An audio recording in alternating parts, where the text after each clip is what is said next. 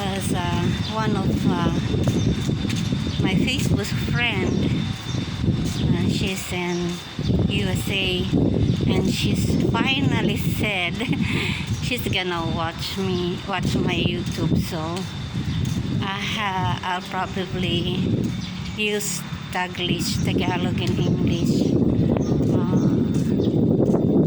So she has no idea how to speak or understand Tagalog. So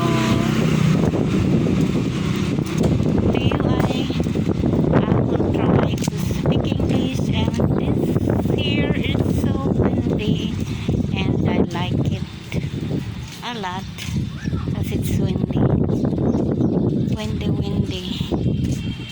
Yeah. Shout out to my friends in Facebook, and hopefully you continue watching my videos. And